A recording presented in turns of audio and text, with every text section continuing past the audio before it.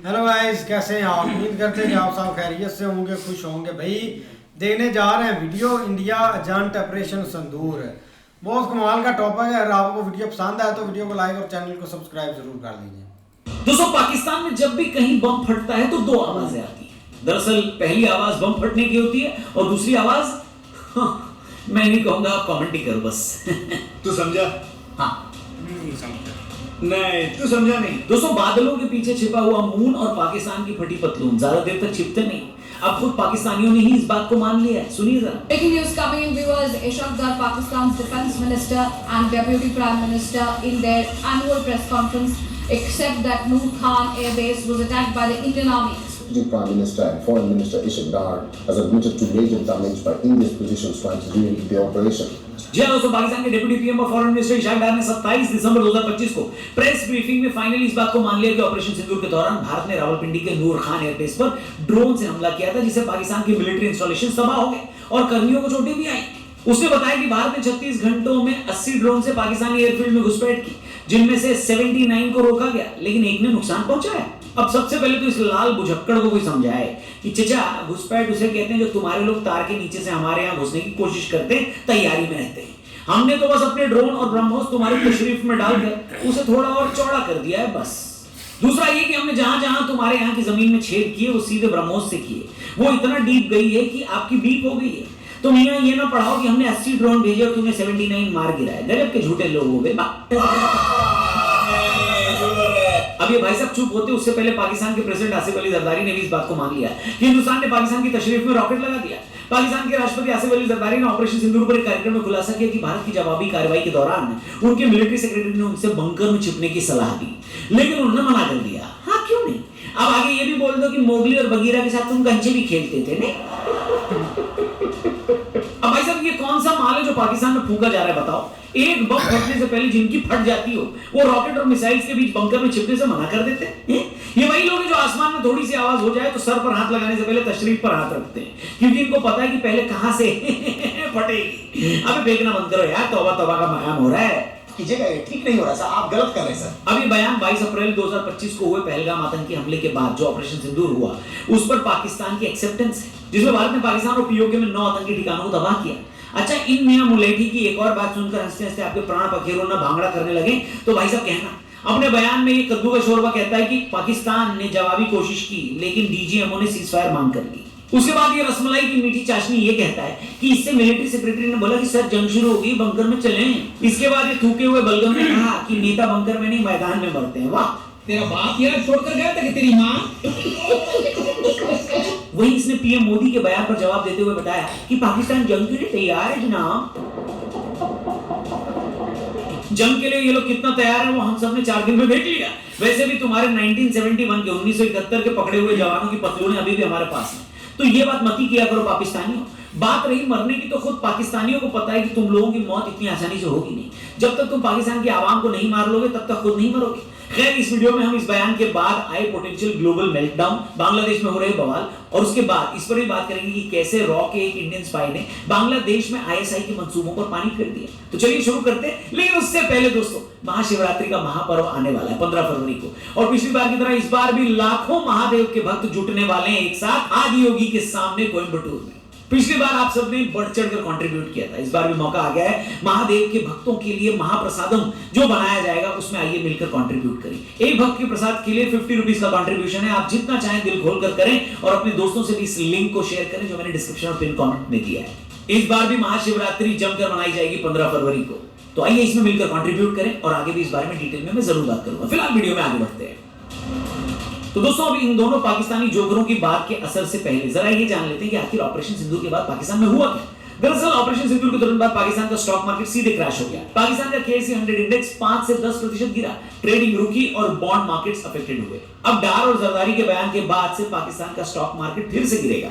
मैं तो ये सोचकर हैरान हूं कि जो देश $1-1 बिलियन के लिए भीख का कटोरा लेकर दुनिया भर में अपनी तशरीफ हिलाए उछलता है, वहां स्टॉक मार्केट भी है क्या? हेलो, जरदारी के बंकर वाले बयान और डार के कबूलनामे से पाकिस्तान की मिलिट्री फाइनेंशियल कमजोरी फिर से सामने आई है। एक तो पहले ही वहां के बैंक्स भारी लोन और डिफॉल्टर्स की लिस्ट से भरे पड़े हुए हैं। दूसरा ये कि उनका स्टॉक मार्केट अगर क्रैश करा तो उस कैपिटल मार्केट को भी बड़ा नुकसान होगा, जहां अभी भी कुछ लोग पैसा लगाए हुए हैं। साफ बात है कि एक तो भिखारी के हाथ में कटोरा और उस कटोरे में भी 72 छेद। बोलो, अब इस बात को एक्सेप्ट करने के बाद चाइना के स्टॉक्स पर भी असर पड़ सकता है, क्योंकि भाई साहब इन्होंने हथियार भी तो अपनी चीनी फूफा से खरीद रखे थे। पहले से ही ग्लोबल मार्केट में चाइनीज वेपन्स को लेकर कुछ खास पॉजिटिव माहौल है नहीं। अब इस एक्सेप्टेंस के बाद से इन स्टॉक्स पर और असर पड़ सकता है। दूसरी तरफ अमेरिकन स्टॉक मार्केट में भी वहां की आर्म्स लॉबी पाकिस्तानियों का आम मरोड़ने के लिए बैठी होगी, क्योंकि जिस HQ-9B और TPS-77 रडार को पाकिस्तानियों ने अपने आसमान की रक्षा के लिए रखा था, भारत ने उन दोनों को ही गिरा दिया। पहले तो पाकिस्तानी इस बात को डिनाई करते रहे, लेकिन अब उनके खुद के नेता जब ये कबूल कर रहे हैं तो मोस्ट प्रोबब्ली अमेरिका के स्टॉक मार्केट में भी इसका नेगेटिव इफेक्ट नजर आएगा, ऐसा एक्सपर्ट्स बोल रहे हैं। अब अमेरिका इसका बदला कैसे लेगा? भाई IMF का लोन मिलने में देरी हो सकती है। अब ये तो तय है कि अमेरिका पाकिस्तान को ये लोन दिलवाएगा, लेकिन अब थोड़ा और सुखाकर, इनको तरसाकर, ताकि इन भिखारियों का गला सूख जाए। वहीं FATF की ब्लैकलिस्ट में भी पाकिस्तान के हटने की संभावनाओं को इससे गहरा झटका लगा है। इससे पाकिस्तान पर एक ग्लोबल फाइनेंशियल प्रेशर आएगा और इनको अब जल्द ही दुनिया को अपनी जमीन का वो हिस्सा बेचने के लिए ढूंढना पड़ेगा जिसको गिरवी रखकर ये लोग थोड़ा पैसा बना पाए। समझे? अब दोस्तों, पॉप कल्चर रेफरेंस देकर किसी बात को समझना सबसे आसान होता है। अभी हाल ही में आज धुरंधर में हमने देखा कि कैसे पाकिस्तान के अंदर एंटी इंडिया नेटवर्क अपना काम करते हैं। उनका सबसे बड़ा मजाक ये है कि 71 के बाद से ही उनके देश के दो टुकड़े हुए। हम जितना पाकिस्तान का मजाक उड़ाते हैं, पाकिस्तानियों को भी अंदर से बात पता है कि उनको एक दिन इस पूरे इलाके को उसी मकसद के साथ खड़ा करना है जो पाकिस्तान का मकसद रहा है। जाहिर सी बात है, वो इसे वापस तो ले नहीं सकते। आज की दुनिया में तो ये नेक्स्ट टू इम्पॉसिबल चीज है। इसके लिए वो बांग्लादेश को उसी घटिया आइडियोलॉजी में जोड़ने की कोशिश करेगा जहां से भारत के लिए एक एक्टिव फ्रंट खुले। इसके साथ ही ये बात भी कही जा रही है कि बांग्लादेश में इस समय CIA और ISI अपनी गेम खेल रही है। दरअसल इस पूरे बवाल के बीच चुन चुन कर मुक्ति वाहिनी के उन लोगों को मारा जा रहा है जिन्होंने 71 के ईस्ट पाकिस्तान फ्रीडम मूवमेंट में इंडियन आर्मी की मदद की थी। ISI इस बात को जानती कि अगर बांग्लादेशी नेशनलिज्म का एक भी आदमी बांग्लादेश में बचा रहा तो फिर से एक फ्रीडम मूवमेंट शुरू हो सकता है। इसलिए ISI अपनी उस बेइज्जती का बदला लेने के लिए अपने एक्सट्रीम एलिमेंट्स को बांग्लादेश में एक्टिव कर चुकी।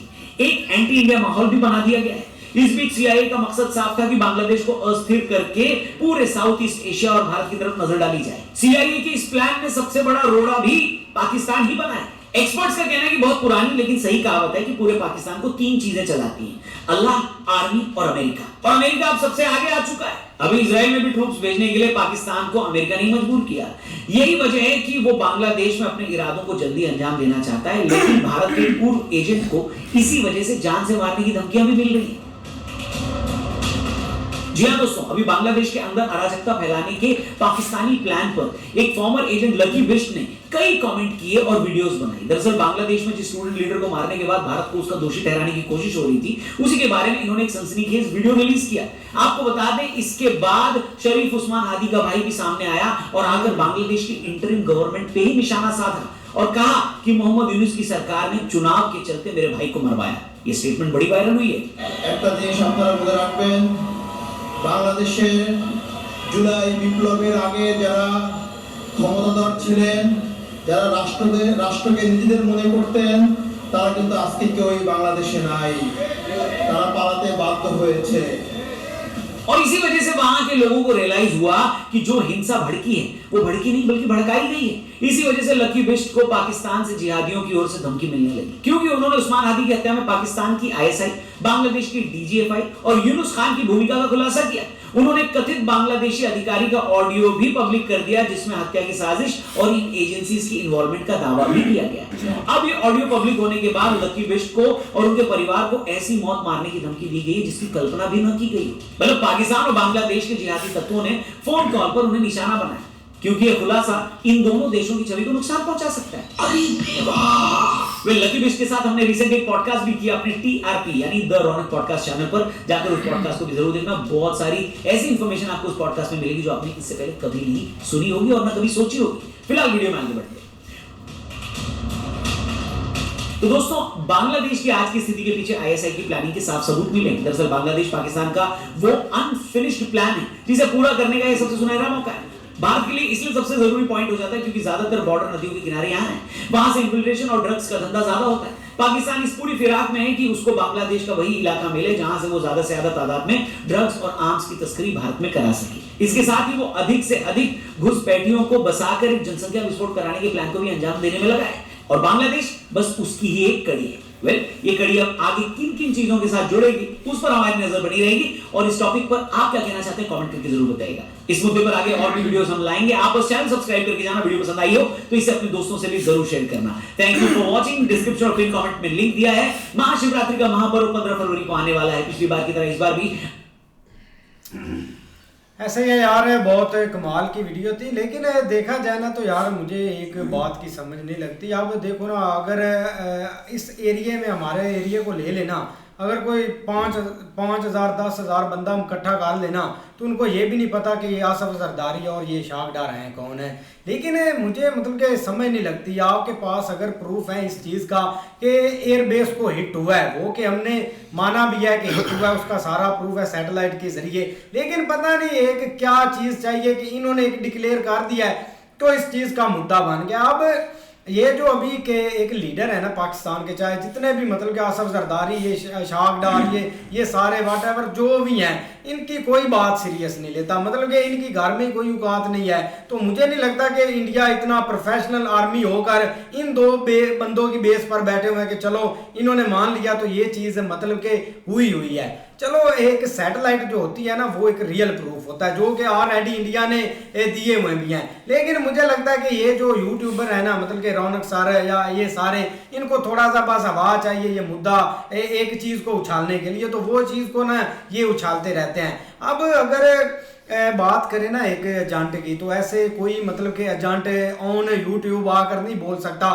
कि मेरे पास ये एक रिकॉर्डर पड़ी हुई है, ये मुझे धमकी दे रहे हैं, क्योंकि अनगिनत ऐसे यूट्यूबर हैं जो इस बेस को मतलब के मुद्दा बनाते हैं कि हमारे पास ये देखो एक ऑडियो लीक पड़ी हुई है, उसने ऐसे हमें धमकी दी, उसने ऐसे धमकी दी। ये जो एरिया है ना बांग्लादेश, पाकिस्तान, इंडिया, इसमें भाई जो भी एक एक्टिविटी होती है ना, ये कोई आम खिलाड़ी इधर नहीं बैठे हुए, ये एक प्रोफेशनल और हाई लेवल स्टैंडर्ड के बंदे बैठे हुए हैं जो कि इस चीज़ को ऐसे ही सार अंजाम देते हैं कि पता ही भी नहीं चलता। पाकिस्तान में कितनी ऐसी चीज़ें हो चुकी हैं कोई पता नहीं है। बांग्लादेश में अभी तक मुद्दा ही नहीं मिल रहा कि कौन बंदा इसके पीछे है। कभी CI है, कभी ISI है पाकिस्तान या कोई इंडिया पर कभी ब्लेम कर देते हैं। तो इधर ये बंदा आप इमेजिन करें कि एक बंदा एजेंट है, बांग्लादेश में वर्किंग कर रहा है, और एक यूट्यूबर ने वीडियो बनाई है जिसका चलो मिलियंस में व्यू चले गए हैं, वो बंदा इनको धमकी दे सकता है। ये एक बस ना एक फ्लॉप सा आइडिया होता है जो कि अनएजुकेशन जो एजुकेट बंदे होते हैं ना,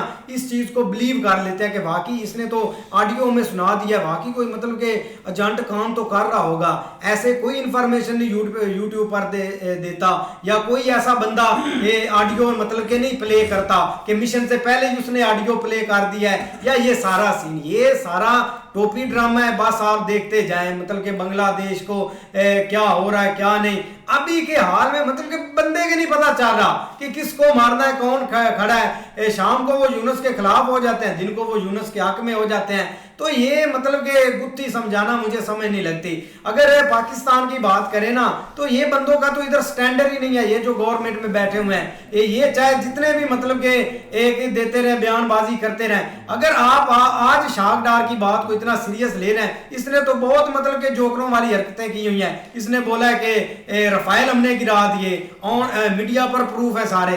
तो ये जोकर कभी आप इसको मतलब कि बोलते हैं कि इसने बयानबाजी कर दी तो ये बंदा बहुत मैच्योर बंदा है, कभी आप बोलते हैं कि ये जोकर है, इनकी कोई बात ही नहीं है। मुझे तो आपकी बात की नहीं समझ लगती यार। कुछ मतलब कि होती है ना ढंग वाली बात, वो तो करे तो बंदा चलो ठीक रहता है। भाई बड़ी कमाल की वीडियो थी भाई। बात भी सुहेल भाई की भी ठीक है। अगर आपने पहले प्रूफ दिया था सैटेलाइट के जरिए, हम मानते हैं कि भाई आपने प्रूफ दिया, वो सारा भाई जो थी ना इंटरनेशनल मीडिया, उन्होंने भाई वो माना कि भाई ये सब कुछ हुआ है। अगर आप ऐसे बंदों की बात मानते तो फिर आप ये भी माने कि राफेल भी भाई हमने गिराया या ऐसा कुछ है। अगर आप इनकी ये राफेल वाली बात नहीं मानते तो फिर आप इनकी बात ये क्यों मान रहे हैं कि आरके सर ने ये वीडियो लगा दी कि भाई ये खुद मुंह से मान रहे हैं कि ऐसा हुआ था वैसा हुआ था।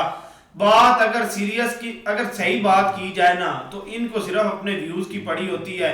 जो इनके सामने चीज आनी है इन्होंने लगा देनी है कि भाई हमने ये भाई बड़ा मार्का मार लिया, हमने ये भाई खोज लिया वीडियो, इन्होंने ये कह दिया है, इन्होंने वो कह दिया, इन्होंने सच बोल दिया, इनकी पतलून फट गई, इनका ये हो गया। ये बातें ना अच्छी नहीं होती जो आप जो यहाँ पे आप यूज करते हैं। अगर वो उठ के कह दें कि भाई हमने रफेल गिराए हैं, आप मानेंगे? इस बात को आप तस्लीम करेंगे कि भाई उन्होंने वाकई रफेल गिराए हैं, हमारे यहाँ पे हिट किया, हमारी फलानी एयरबेस उन्होंने उड़ा दी? आप मानेंगे?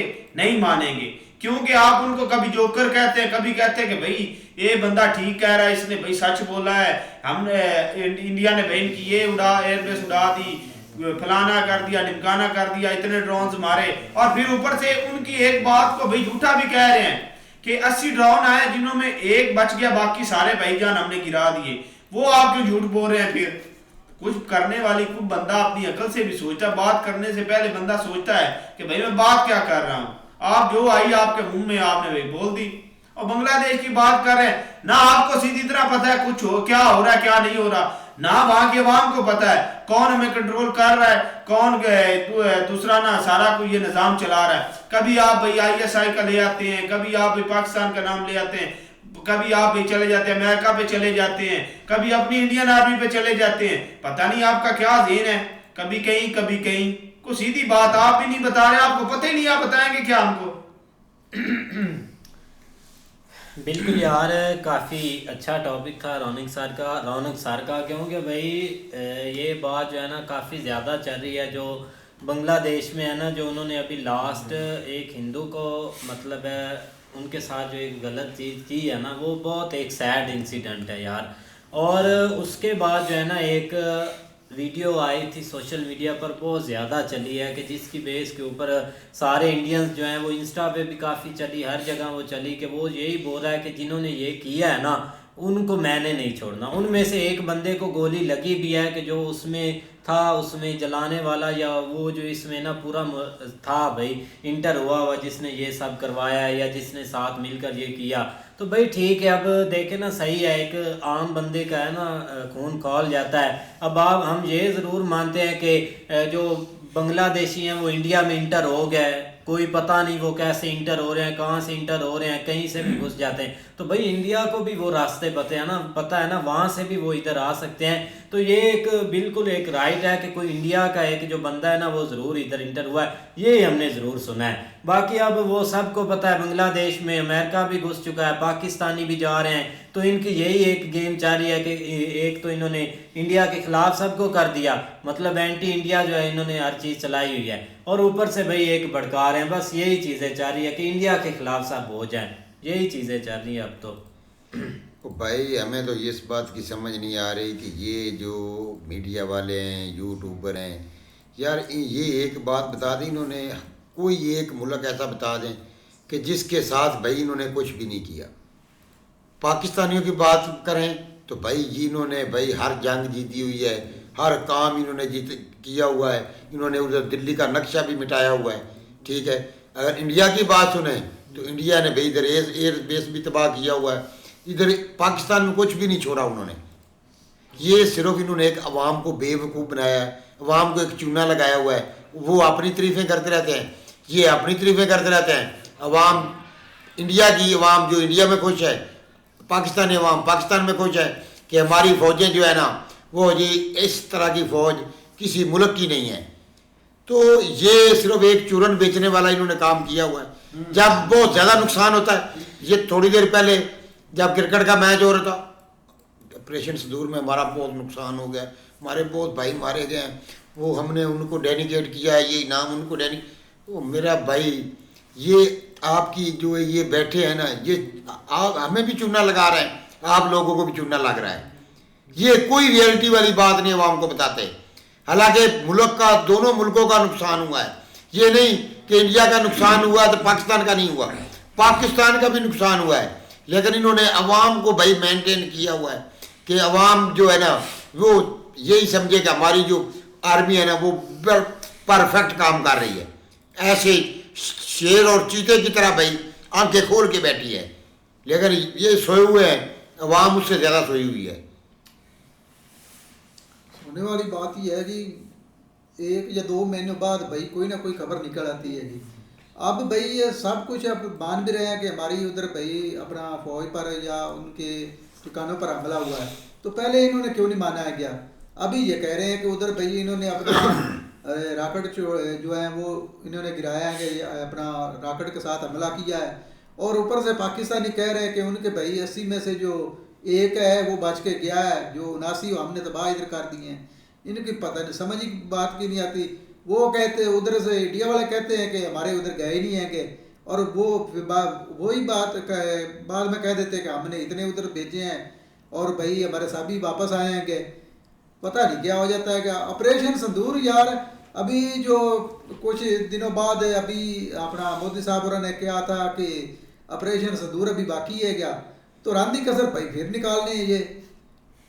बाकी जो पाकिस्तान से होगा वो पाकिस्तानी कर लेंगे, जो इंडिया से होगा वो कर लेंगे, लेकिन भाई जो ये हुकूमत है ना, हुकूमत इसने अवाम को भाई रोल कर रखना है, अवाम के नुकसान करना है, इनका भाई कुछ भी नहीं जाना है क्या।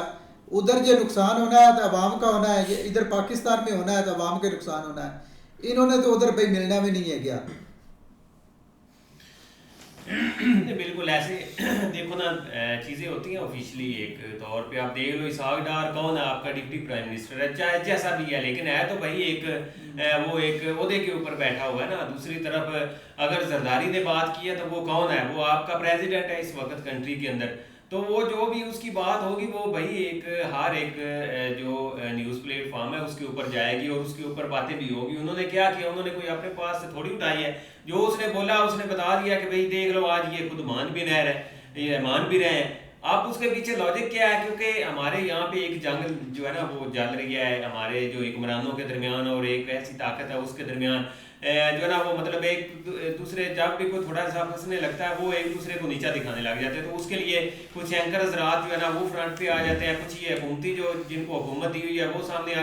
तो मतलब ये इनकी ना इंटरनली जंग में वो सबसे ज्यादा जो है ना इस तरह की जो हसास बातें होती है ना उसको फिर वो हिट करते हैं। तो हसास बातें यही है जो एक जो है ना वो वार को लेकर वार के एलिमेंट होती है, उस चीज को वो फिर हिट करते हैं, उससे जो है ना वो मतलब एक दूसरे को वो नीचा दिखाते हैं। लेकिन उनको ये नहीं पता होता कि यार हम इधर तो ये सब कुछ कर रहे हैं, लेकिन जब जो भी हम बोल रहे हैं वो भाई ऑफिशियली तौर पे इंटरनेशनल मीडिया पे भी जाएगा, हर एक जगह के ऊपर वो भाई बात पहुंचेगी, तो उसके ऊपर भाई फिर वीडियो भी बनेगी, कॉलम भी छपेगी, सब कुछ होगा। उन्होंने अपने पास से कोई बात नहीं की। दूसरी तरफ अब देखो ना एक बात हो रही है बांग्लादेश की। बांग्लादेश में भाई बहुत सारे मामला चल रहे हैं और इंटरनली जो है ना वो मतलब एजेंसीज भी काम करती है। अब देख लो वहाँ पे एक उनका बहुत बड़ा लीडर जो मतलब पीछे जो भी उनकी एक तहरीक थी उसमें वो शामिल रहा, उसकी डेथ हुई है। तो उसके बाद हंगामे ज्यादा एक फुटे उसकी जो है ना वो डायरेक्ट उन्होंने हिट किया हिंदू कम्युनिटी को। तो ये चीजें जो है ना वो क्या है, उनके अंदर ही लोग बताने वाले हैं कि भाई हमें जो है ना वो इंटरनली बहुत सारे लोग जो है ना वो चाहे एक एजेंसीज के थ्रू नुकसान पहुंचा रहे हैं, तो उस चीज को लेके वो चल रहे हैं। तो दूसरी तरफ भाई ये चीज़ें पाकिस्तान में अभी होती है। आपके सामने 2023-24 है जिसमें 21-22 बंदे पाकिस्तान के अंदर जो हिट लिस्ट के ऊपर थे, उनको भाई एक जो है ना वो मतलब बंदा कोई आता था ठोक के निकल जाता था। आज तक उसका कोई बंदा पता नहीं लगा सका। तो वो कौन सा कर रहा था, वो भी कोई एजेंसी वगैरह की जो है ना वो सारी प्लानिंग थी, वो सब कर रहे हैं। तो ये चीजें भाई चलती रहती है कंट्रीज के अंदर। अब ये कोई नहीं कह सकता कि ये बेसलेस चीजें हैं, ये जस्ट एक व्यू लेने का चक्कर है। जो भाई बात होती है वही वो आके करते हैं और वही उन्होंने भाई आगे बता दिया है। नहीं अब एजेंसी को यूट्यूबर को तो नहीं ना ऑडियो देगी यार कि ये लो आप ऑडियो मतलब कि ओपनली चलाओ, हमारा एक एजेंट काम ये तो नहीं बनता, ऑडियो कोई बंदा नहीं देता, ठीक है ना। पाकिस्तान के अंदर जो 21-22 हुए हैं वाकई आपके सामने हर एक बंदे को पता है। आज तक उसकी भिनक ना ऑडियो की सूरत में हुई है, ना एक किसी डॉक्यूमेंट की सूरत में हुई है, ना किसी ऑफिशियल ने उसकी कोई दे दी है। लेकिन ये पता चलता था कि भाई काम हो गया। तो ये काम होते हैं इस तरह। अब ये जो ऑडियो वीडियो वाला सीन है ना, ये एक जस्ट जो है ना वो लॉलीपॉप ही समझ लें, उसमें कोई एक रियलिटी नहीं होती। तो ना ये बात कर रहे हैं हमने कौन सा, ना कोई मैं वो बात कर रहा हूँ जो आप इसहाक डार की बात कर रहे हैं, तो ये कर रहे हैं ये मतलब उस वक्त तो जो उन्होंने भाई वो ओहदे के ऊपर बैठे हुए हैं उसके ऊपर उन्होंने बात भाई हमने ये बात नहीं की। हमने कहा कि आपको इनको खुद पता है कि ये है ही जोकर, इनकी कोई बात नहीं पता है, हमें पता है क्योंकि हम इस मुल्क में रहते हैं। उनको भी पता है, उनको पता है वो बच्चे नहीं है जफर भाई, उनको भी सारा पता है, सब चीजों का पता है। देखो ना, एक बंदा गवर्नमेंट में नहीं है ना, शेख रशीद है, वो बात करेगा ना तो उसको हम कहेंगे कि ये जोकर ये फजूल बंदा है। तो फिर यार पहले वाले इनकी बातें क्यों नहीं मानते? दूसरी तरफ इंडिया के अंदर क्या वहाँ पे वजारतें नहीं है, वजीर नहीं है, आज तक किसी वजीर का बयान सुना दी जिसने इस तरह ओपनली कोई बात की हो? तो यही बात है ना, ये जोकर है, ये जो इनके मुंह में आता है। आप मेरी बात सुनो ना, लास्ट इंडोनेशिया में जो एयर मार्शल है ना इंडिया का, उसने ये एडमिट किया था कि हमारे जो रफाल है ना, उसने नाम भी नहीं लिया कि रफाल है या जो, उन्होंने बोला कि जो हमारी लड़ाई हुई है ना इसमें हमारा नुकसान हुआ है। तो इधर पाकिस्तान ने वो एडमिट किया था कि वो बंदा मान रहा है, ऐसे ही इन्होंने बोला था ना। अब हमारा जो एयर डिफेंस मतलब के सिक्योरिटी का कौन हैंडल कर रहा है सारा? जिसने बोला था प्रूफ ऑन मतलब के सोशल मीडिया, वो ख्वाजा आसफ है, उसकी कितनी अथॉरिटी है? तो वो वजीर दफा है ना, वजीर दफा है। अगर वो उसने कितनी दफा बोला है कि हमने रफाल गिराए, हमने रफाल गिराए, उसको किसी ने सीरियस लिया है या इंडिया में या पाकिस्तान में? क्योंकि वो अनलॉजिक बात थी, उसकी कोई मतलब के बेस ही नहीं बनती। जो मर्जी आप कहते रहे ना, वही बात की जाती है जो भाई अपने फायदे के लिए हो, ठीक है तो ना? हम भी यही बात कर रहे हैं, हम कौन सा बात कर रहे हैं? हम यही बात कर रहे हैं। मीडिया होता है ना, उसने वही बात पिक करनी होती है। तो हमने क्या बात की है भाई? आप कह रहे हो जोकर है, जोकर नहीं है भाई, वो ओहदे पे बैठे हुए हैं वो बंदे। तो इन जो इनकी भाई ओहदे वालों की पहले भी मान लेते, फिर पहले क्यों नहीं मानी? तो वही बात है ना भाई, अपने फायदे की हर कोई बात मान करता है। हमने सोशल मीडिया, क्या उसने सोशल मीडिया बात तो हमने भी वही बात की है, आपने भी वही बात के साथ कहा है ना कि भाई 80 आए हैं, एक ने हिट किया, इस हिसाब से उन्होंने बात की है। अच्छा ठीक है। दूसरी तरफ वो कह रहा है मेरा जो भाई साथ जो था ना बंदा सिक्योरिटी वाला, उसने कहा भाई आ जाओ बंकर में छुप जाते हैं। अब वो खुद आपका प्रेसिडेंट कह रहा है, तो इस चीज के ऊपर इन्होंने बात की है ना, घूम घुमा गया भाई। तो उम्मीद करते हैं आपको वीडियो पसंद आएगी। अगर पसंद आए वीडियो को लाइक, चैनल को सब्सक्राइब जरूर कीजिएगा।